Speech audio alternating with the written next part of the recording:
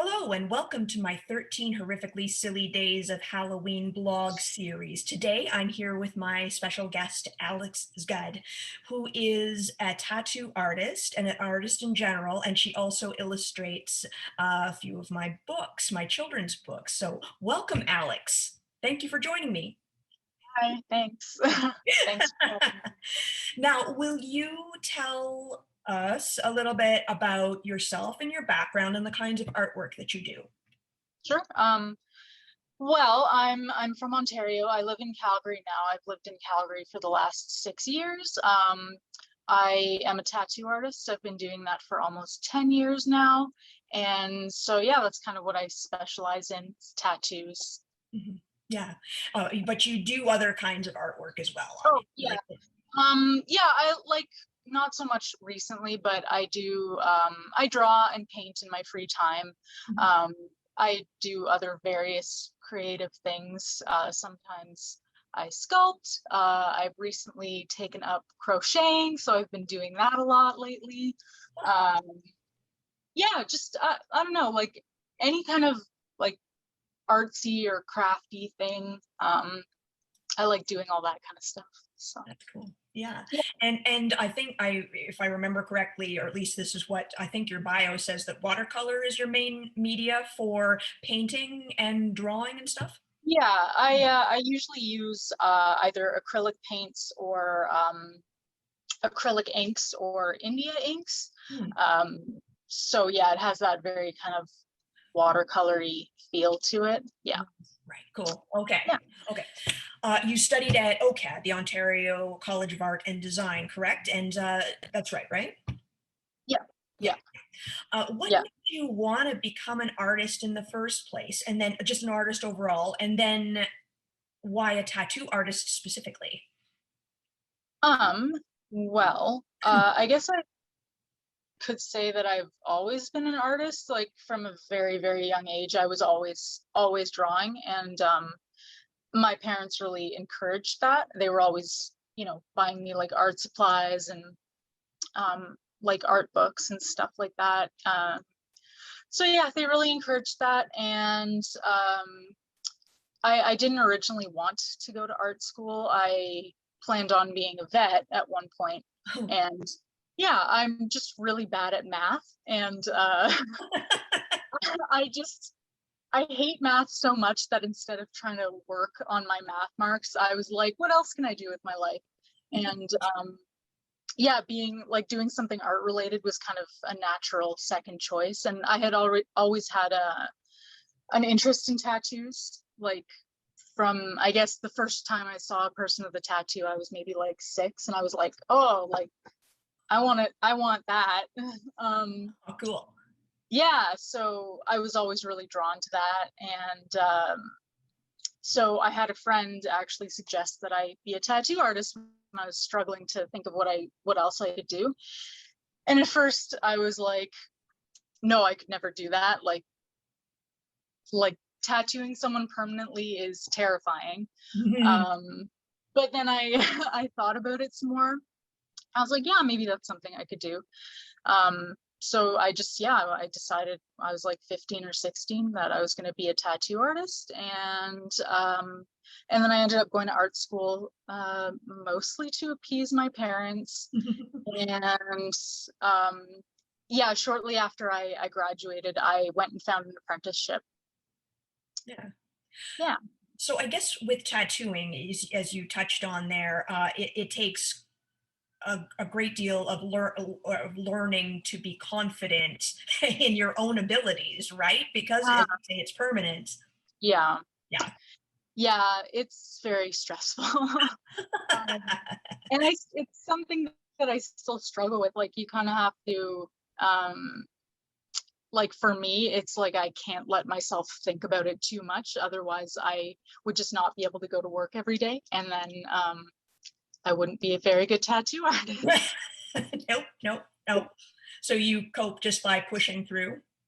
Yeah, Yeah. pretty much. Yeah, I just don't kind of like put blinders on a bit, I guess. Try Yeah. not to think about it. Right. Well, you're great, Yeah. and you did some of your first work with with me. Yeah. A couple of Oh my tattoos there, way God. back years and years ago. Yeah, But yeah, like almost 10 years ago now. yeah. Actually, Crazy. probably 10 years ago. Yeah. Yeah. Yeah, that's crazy. Yeah. So, but mostly you're tattooing your own artwork, right? Because these obviously are based on like Winnie the Pooh there. So Yes. obviously that Yeah. is the creation of your own, but you tattoo your own designs mostly, right? Yes. You want I wouldn't say mostly. I would say I do sometimes. okay. I do like I paint tattoo designs Mhm. and post them online, and then people will kind of claim them. Yeah. But I do also do a lot of tattoos that are just kind of like small, like words and small designs, and replicating other artwork sometimes. So I do a pretty, yeah, I do a wide variety of things. Cool, cool. So let's go in a little bit about how what's involved in a tattoo apprenticeship. What did you have to do? How do you get trained for that? Um, Basically, you have to put together a portfolio of drawings and go around to shops. And ideally, you should get tattooed as much as you can so that you can kind of develop a rapport with an artist. Uh-huh. Um, Ideally, an artist that you would want to learn from. So, like, you like their artwork. And if you're lucky, you'll find somebody who's willing to take you on. This is like how it used to be done. I don't really know how it is now that like everything's done online. Like we get a lot of people emailing the shop being like, hey, can I have an apprenticeship? And yeah, so things are, I think, a bit different now. But back when I was looking, yeah, that was pretty much how you do it. You just have to go out and walk around and talk to people and hope that somebody would take you in. Mhm. And then when you do get an apprenticeship, you have to do a lot of the I don't know how to say it politely, like the lower level work, Yeah. like Simpler sweeping. stuff. Yeah. Yeah, yeah, sweeping, mopping, cleaning, getting food for the other artists. Mhm. Um, yeah, just doing all that not fun stuff, Yeah, cleaning the yeah. So you can things. observe and learn somewhat, in the Yeah, background. Yeah. yeah, exactly. And yeah, you get to observe a lot, ask questions. Basically, yeah, you're just starting at the bottom and you have to work your way up. Mhm. And you have to practice on something, yes? Yep. Yeah. Yeah. Yeah. Well, Uh, you can get fake skin, which is like a silicone mat. yeah. It's not very good though. I practiced a few times on pig skin. Like I just went to a butcher shop and got a big slab of pig skin. Um, so that's probably the closest thing you can get to just tattooing actual human skin. And then of course you can practice on people, Yes. which I did a lot. Yeah, we had a shop manager who was kind enough to let me destroy his legs a little bit. So yeah, Very yeah, cool. yeah. Interesting. All right. All right. So, what are your favorite subjects to tattoo when you're designing a tattoo, or even when you're painting and drawing, just in general? What do you like to do? Um, Anything that's kind of nature Mhm. inspired, anything that's organic and flowy, I guess. Yeah. Um, I like to have a good balance of uh I don't know, like I like kind of creepy, weird stuff, but stuff Mhm. that's also kind of pretty too. Yeah. Yeah, but mostly anything that's nature, like plants, animals. That's Yeah. probably what I gravitate towards the most. Okay. Cool. Well, riffing off of that a bit, I find that there is a kind of a beautiful dark magic to your art, and so let's talk about why that is for a moment. Like, this is why I feel that you're a very well suited artist to this Halloween blog series because what you do, as you said, is a little bit creepy but beautiful, beautiful creepy. Um, so yeah, it's also the reason why I felt you were the right person for my picture books, because even though they're for young children, I think young children like that kind of stuff often, and it's unique, it's alternative looking, um, and as you said, you like to do lots of things in nature, and I prefer anthropomorphic tales myself. So you're therefore your dragons, your bats, your cats, your horses are dovetail well with my stories, I find. So it's yeah, anyway, it's something I think really resonates with kids. Why do you feel like your art is that way? Why does it lean a little dark? Um, I don't know. I guess part of it has to do with growing up in the country, maybe. I was just always surrounded by nature. Mhm. Um, we lived on, a good chunk of land, and we had a forest behind our house, and um, yeah, so it's just like what I was completely surrounded by um, as a kid, and I don't know why I always kind of gravitated towards like darker imagery. Um, I think years ago you talked about a particular Russian fairy tale figure. Baba Yaga. Yeah, why was that interesting? What is Um, that, first of all? Sorry, What it was what the is she? Yeah, what oh she's like a witch that lives in a hut that's on chicken legs in the forest, and she's kind of she's not like she's not evil, she's not good, she's kind of like morally ambiguous. She'll either like help people that come across her, or she'll try to mess with them. mhm, Yeah, I've always been kind of attracted to, I guess, like fairy tales in general as well, like yeah. reading a lot of those growing up. I think that was a pretty big influence. And um, fairy tales are actually quite dark. They're not, you know, like how they are in Disney movies. Exactly. Um, yeah, just something with that, something really stuck with me, I guess. And I guess I can just see beauty in weird stuff Hmm. And you because of that. obviously show that to us. Yeah, I Yeah. try. Yeah. Cool, cool.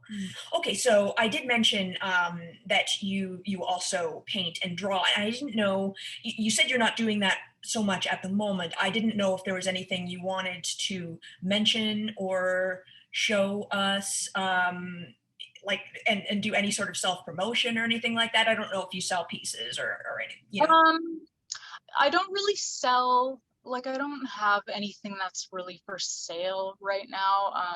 Sometimes people reach out to me when I post stuff and they're like, oh, is this for sale? And if I decide that I want to sell it, I'll sell it. Um, Self-promotion, not Mhm. really, not really good at that. Yeah, that's okay. I Most don't know. artists aren't. If you happen to be in Calgary and you want a tattoo, look me up. Yeah. There we go. I don't know, it's probably backwards, but Oh, it's that's, not actually, which is the nice thing oh, about it's not? Zoom. Yeah. Oh, nice. Well, yeah, there you go. Um, what else? Oh, this is a painting. This is actually the first painting that I've worked on in like 5 months. I was really busy at work. So I don't feel like I have much time to do a lot of painting, but I'm working on this right now. Very cool. You've done illustrations for three of my children's books, Yeah. basically. So Mhm. Beverly Bees, the Brown Burmese was my first book, and we worked together on that. And it's now with Mirror World Publishing. It was with another publisher before, but they republished it in 2019, I think, if I remember.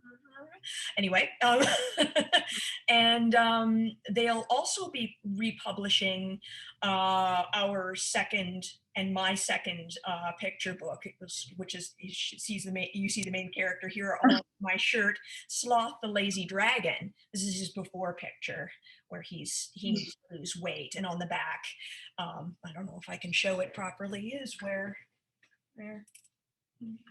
this is after he's better. Yeah, you can see it. I can also I can also insert it with editing. So yeah, when he loses weight. So that is coming out, or is being re-released by Mirror World Publishing, because unfortunately the first publisher, Guardian Angel Publishing, went under because of COVID, and that sucks. So, but also in basically as in it's coming out within about 2 or 3 days of when this blog will be posted. So we're hoping people join us for the re-release launch, virtual launch party. But it will also feature the third book that you and I worked on, called Myrrh, the Christmas Bat. Not very Halloweeny, but as far as Christmas goes, but there's a bat in it. So, and it, The two sorry. holidays, the two holidays are close together, sort of. Are, and I also find a Yeah. lot of people who enjoy Halloween enjoy Christmas, and vice versa, which is strange. They're Yeah. sort of like on the opposite ends of the spectrum, Yeah. but that's okay. And Yeah. Myrrh is actually going to be republished by a different and new publisher for me, Pandamonium Publishing. They're in Hamilton, Ontario, but we're holding the relaunch party, virtual party, with both books together, both publishers, and hopefully, Alex, you're going to be able to make it to the relaunch party too. Okay, that was a lot of explanation to go over, but it also is why I wanted to make sure you were involved in my 13 Horrifically Silly Days of Halloween, because we have these books launching during the 13 days of Halloween, actually. So let's go back to Beverly. It was your first time illustrating a children's book. I was just wondering if you would go ahead and tell me how that was, your first time ever doing that. Reminiscing is welcome. Um, yeah, it was fun. It was definitely a different experience for me. It's not something I had ever tried before. So Yeah.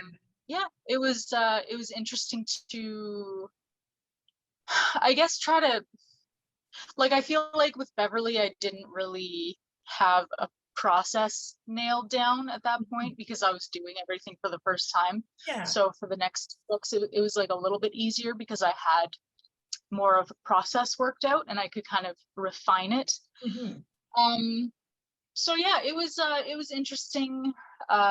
It's also pretty overwhelming when you, because it's like the story is not very long, right? But then you have to break it up into like a bunch of pages and then decide what's like what the key elements are that you want to show on each page. Mhm. And then you have to figure out like a composition that'll be interesting. Yes.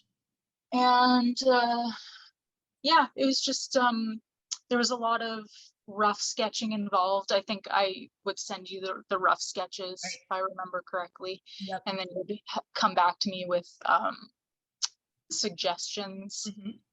And then I changed things as I went. And I don't know, sometimes you kind of start drawing something and then you're like, oh wait, this would look way better if I did it this way instead. So you have to kind of scrap everything that you worked on and start again. Yeah, it was really interesting. It was fun. And so you did refine the process, I guess, once getting to Sloth and Myrrh. Yeah. What was your process then, generally?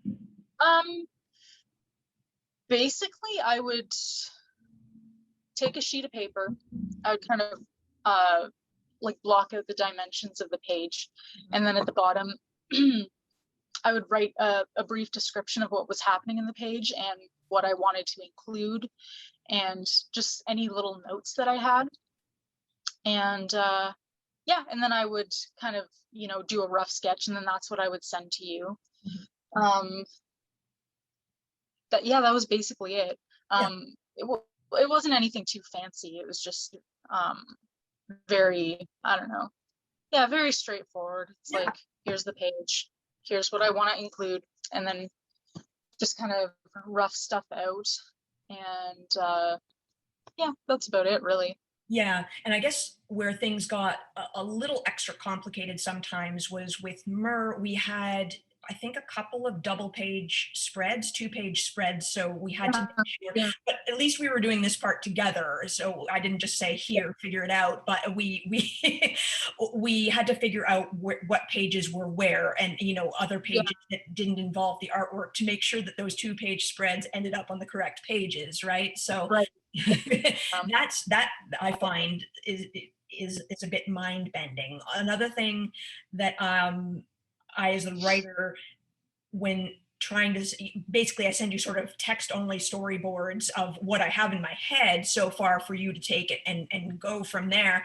Yeah, One of the things I also, at least at first, had trouble wrapping my mind around is which page the reader's eyes sort of settle on first. So if you're making a big reveal, what page do you want to do that on? You want to make sure it ends up so that you're not, there's not a big, okay, you have page 1 and 2 over here. mhm, You read this way to this way. If there's a major reveal, you probably want to flip it over to the next page so you see it right away, right? right. Rather Yeah, than having it on page 2, which yeah, you see it before you read. So that, and things like that that are just, yeah. yeah. Yeah, it's yeah, all those little things that you don't think about until you're trying to do it, and then you realize, oh, this is really important. I need to pay attention to what's going where. Mhm. Yeah, Yeah, it's definitely a challenge. yeah, yeah. Yeah. But I think we did well, and very well actually. And the books are doing well, and now they're getting, it's great that they'll get a chance to get attention again. Yeah. Beverly did too, because of a relaunch, so it just Right. refreshes the whole thing. And Yeah. what was particularly great about Beverly's relaunch was that, based on notes from, it was a finalist in the Wishing Shelf Book Awards over in the UK, and they give copious notes and stuff like that from the readers, which include little children to teachers to publishers and editors. So you get all these great notes, and it was, our first book ever. So we got a chance to update it and make it even better. So that was really terrific. Yeah. And now, actually, having the opportunity, there aren't as many things that I feel I want to correct, and there's no illustrations I want to correct, that's for sure, in in either Sloth or Myrrh, but things like the choice of font Yeah. and placement of something, of text chunks, I'll say, things like that. I'm pushing to get a few things, and even the manuscript itself. I've made a couple minor changes to Sloth in particular. Yeah.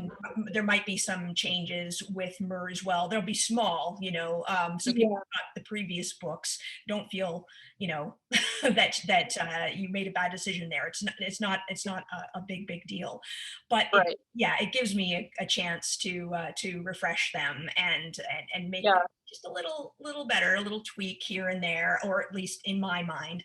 So yeah, Yeah. I'm excited about that, hoping people will join us on Saturday morning at 11 a.m. and even earlier in Calgary, right?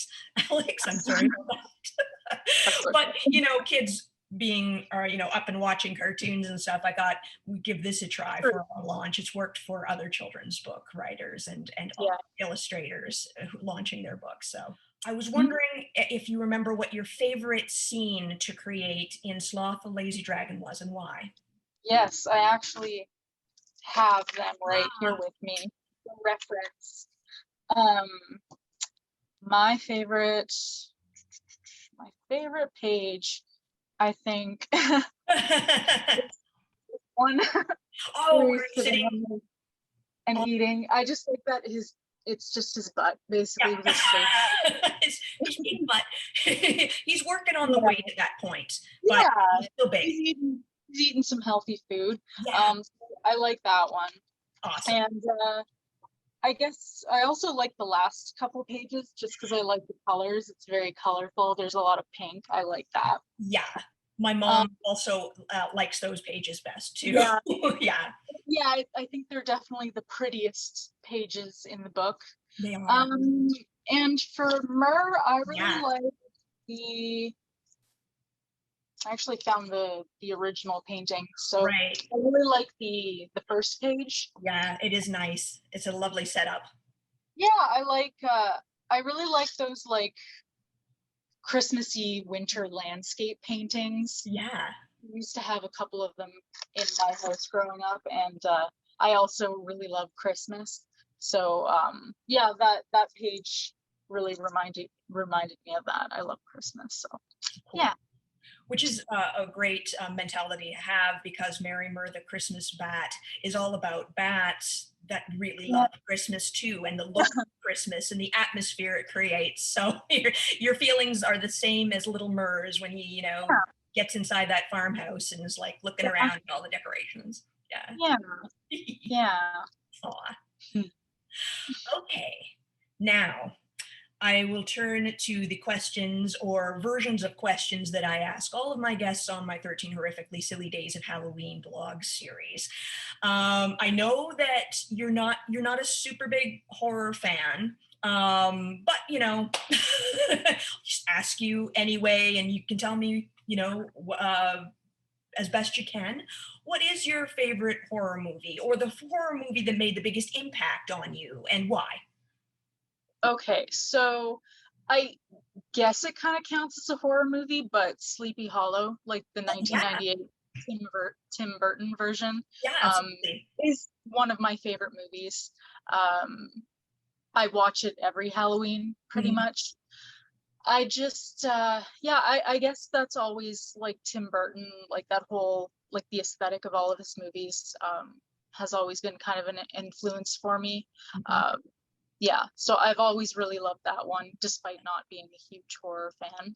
Right. Um, yeah, And what else? it's definitely a Halloween movie too. So Yeah, not it's only just true. a horror or a semi horror fantasy kind of thing.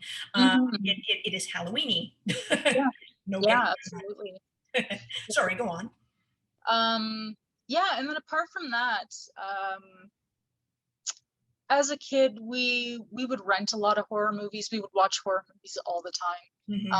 Stuff like uh, Ghoulies, Yes. Pumpkin. Sorry. Is it Pumpkinhead? I think it's Yes, Pumpkinhead. that's right. Yep. The That's got an Blob. aesthetic too. What's that? That's Pumpkinhead has a real aesthetic too. I mean, the Yeah, Pumpkinhead character, which yeah. I think you see more in the sequels a little bit better, but still. Anyway, yeah, yeah. Yeah, like I barely remember any of these movies, but they definitely did stick with me in some way. Mostly, I think like like Pumpkinhead, like those characters, Mhm. um, like the Leprechaun movies. Oh yeah, yep. What's the one with Child's Play? Yes, Chucky, right? Yeah, yeah, yeah. Just Yeah, all those like 80s and 90s like cheesy kind of horror movies. yeah, I don't cheap know if but they're fun. I don't know if they're supposed to be cheesy. Some of them probably weren't, but now looking back on them, they're like pretty cheesy.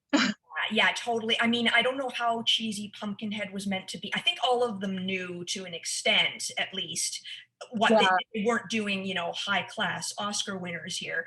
But right. as to, the very cheesy on purpose, I think the Chucky movies were very aware, and were Yeah, playing on the comedy as well. So that's, right.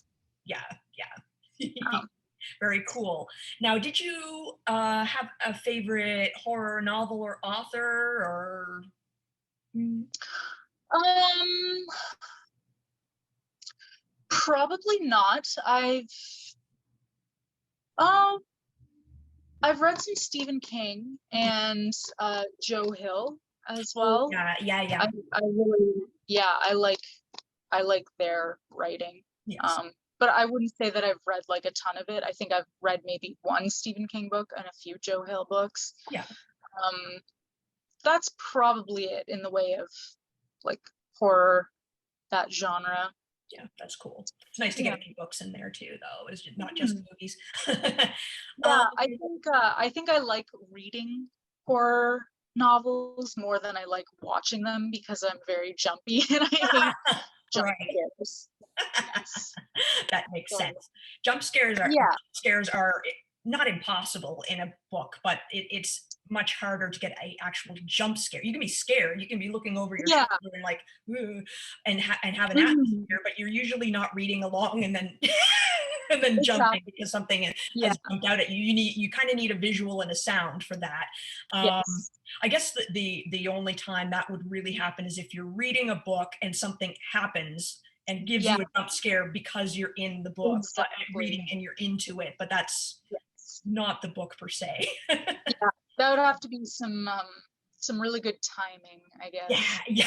Yeah. Yes, it could happen, but you know. Yeah. Okay, what about favorite horror comedies? So, i.e., Zombieland, Shaun of the Dead, things like that. Oh, yeah. I liked both Zombieland and Shaun of the Dead. Yes. I don't think it was really a comedy. Have you seen Repo the Genetic Opera?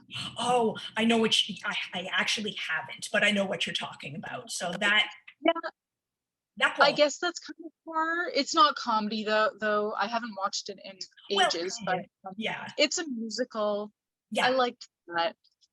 And people group musicals in with comedies for whatever reason Yeah. all the time. So I'm going to say that that counts. Okay. Cool. Yeah, that was a fun one. Now, how about a favorite B movie? You mentioned Ghoulies. I would consider that a B movie myself. Oh, If you can't think of anything else, then yeah, I would say your favorite might be Ghoulies, but yeah. I that's do fine. remember loving, like really liking watching it as a kid. But it was so long ago. I was probably like, I don't know, maybe 6 or 7 when I saw it, like You, very young. you should rewatch it with the right frame of mind that you see it, and you won't believe quite how bad it is actually. Like, but it's still fun. I mean, if you go into it with the right mindset, and it's just silly fun, and oh, some of the dialogue and stuff is just but again, right mindset, and you're ready for that, and you're ready to laugh about Yeah. it. And I Ooh, think definitely some of it was on purpose for sure, because yeah. there was some silly stuff thrown in there, very silly. Yeah. But the acting also being somehow both stiff and over the top was interesting there. Like, how did you achieve that? But yeah, that's a really interesting combination. Yeah. Um, and you actually just reminded me, Mhm. I haven't really watched the Evil Dead series. Like Oh, yeah. I've seen I think I saw part of the first one a long, long time ago, and then I saw most of Army of Darkness, but I fell asleep in the last half hour somehow. But there's a um, horror comedy for you. Like, yeah, yeah. and Ash versus Evil Dead, like the series that Yes. was based on that, that was really good. I really loved that. Awesome. Awesome. Yeah. Yeah, That. yeah. All right. So my last question, but not least, is what is okay, this kind of has to go into two questions, two sub questions.